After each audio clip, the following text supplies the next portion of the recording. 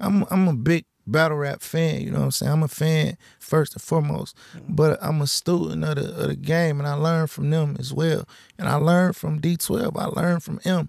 I done talked mad shit about M in the past, you know what I'm saying? But at the end of the day, what he done, nobody can take that from him. And I think it's important for us to finally understand and realize, like, listen, check this out. One of the greatest rappers of all time, if not the greatest rapper of all time, he pushing what we pushing. He pushing Detroit. Whether he pushing our side of Detroit, it don't fucking matter. You know, he from where we from. So we got some type of bragging rights. You know, if the greatest come from here, imagine what else is sitting inside this motherfucker. It's a lot more greatness. You know what I'm saying? So I think the lack of respect that we gave him in the past, I think it wasn't warranted. You know what I mean? I think the way that you've just broke that down real quick is so crazy, because a lot of people would be like, a few years ago it was different and now it's this, and it shows the transformation that you're able to say, you know what, maybe we weren't thinking the right way about something, or however your perspective changes. And I can speak for me. I don't feel like I was thinking the right way, because one of the main sentiments that for me it was like, well, M ain't really helping our cause out, you know. But then I had to realize it. But if M ain't helping the Detroit cause out, how the f do I know Royce 5'9"? How the f do I know D12? You know what I'm saying? How the f do I know Obi Trice? How do I know Proof? How do I know so many Detroit? Like, how do I know these guys? Trick, all this shit. If M didn't do nothing, I wouldn't know those dudes. You know what I'm saying? Then all the charity work that Holmes do, that he just don't promote the shit. Yeah, the Marshall Mathers Foundation, they do a lot for the city. You know what I'm saying? Paul Rosenberg and them, they did something where when the COVID was happening, they were paying producers for beats, and they were just paying them to like basically survive throughout that time, which is like insane, right? Yeah, that's gangster. You know what I'm saying? Coke giveaways. I seen you at LCA.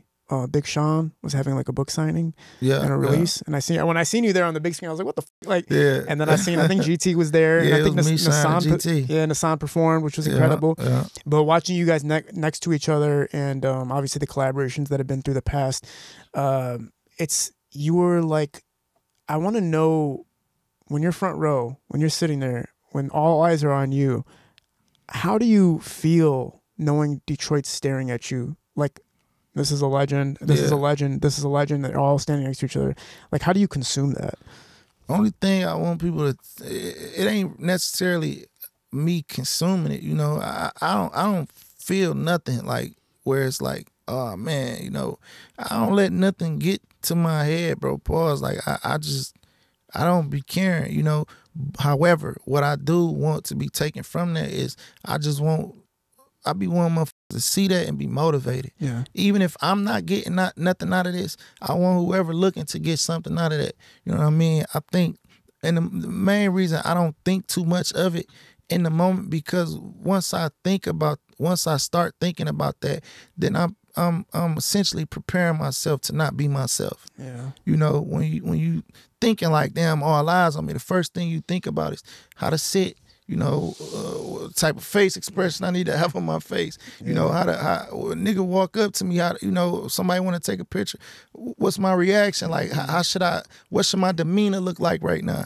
You know what I mean? So that's why I don't dig into it at all. And I'm trying to say this with like all the respect possible, but when you're in moments when you're in prison, and then can you ever imagine while you're in prison, I'm going to be floor seats at a Pistons game? Like, can you think about that at that time? Like, no, it's gonna happen. The city's gonna accept me to that degree. Like, I'm gonna be that magnified. I genuinely believe in myself, like full fledged. You know what I'm saying? Like, everything in my life I spoke it into existence. You know, I'm a firm believer in manifestation. You know what I mean? And I rapped about shit before I had it. I rapped about doing shit before I did it. So the whole time I was in prison, and not literally saying like, yeah, me and Big Sean gonna be, but I was manifesting that shit like, yeah, this gonna happen. I was telling every nigga that I was cool with when I was in prison, yeah, bro, I'm doing this. I'm buying a Rolls Royce. I'm buying my mama a crib. I'm gonna buy me and my wife and my kids a mansion. We're gonna live good. You know what I'm saying? We're gonna be on flow seats at the Pistons game. We're gonna travel the world. I'm gonna open up more businesses. I'm gonna make $100 million. And I was so sure about this shit that I genuinely believed it. You know, it's almost like telling a lie. You know, when people tell so many lies, they start believing their own lies. So which lying ain't a good thing. But I lied to myself so much that I believed in it. And I believed in it so much that it actually happened. It came to fruition. It came true. So I believe manifestation is like key. You know, if you got any dream, you got any passion, manifest that shit. You know, I ran into a couple dudes where it's like, yeah, bro, I want to rap, but, you know, I ain't got certain shit, so I don't feel comfortable talking about it. And I'm like, bro, how the f else you plan to get it? You know, you gotta, if you want to rap about it, because that's how you obtain it. You rap about it, you put it out to the universe, and the universe will grant you those things.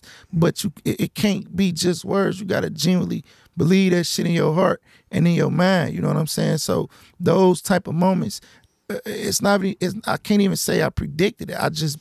I visioned it and I believed in it so much that by the time it happened, that's another reason don't feel like nothing.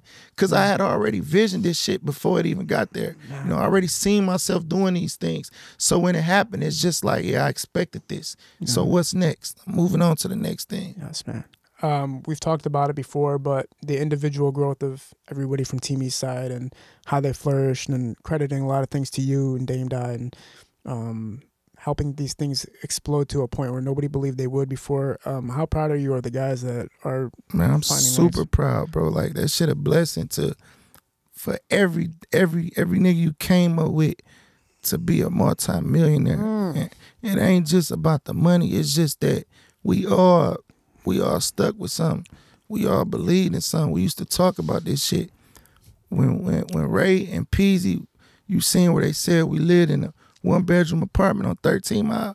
That was my apartment.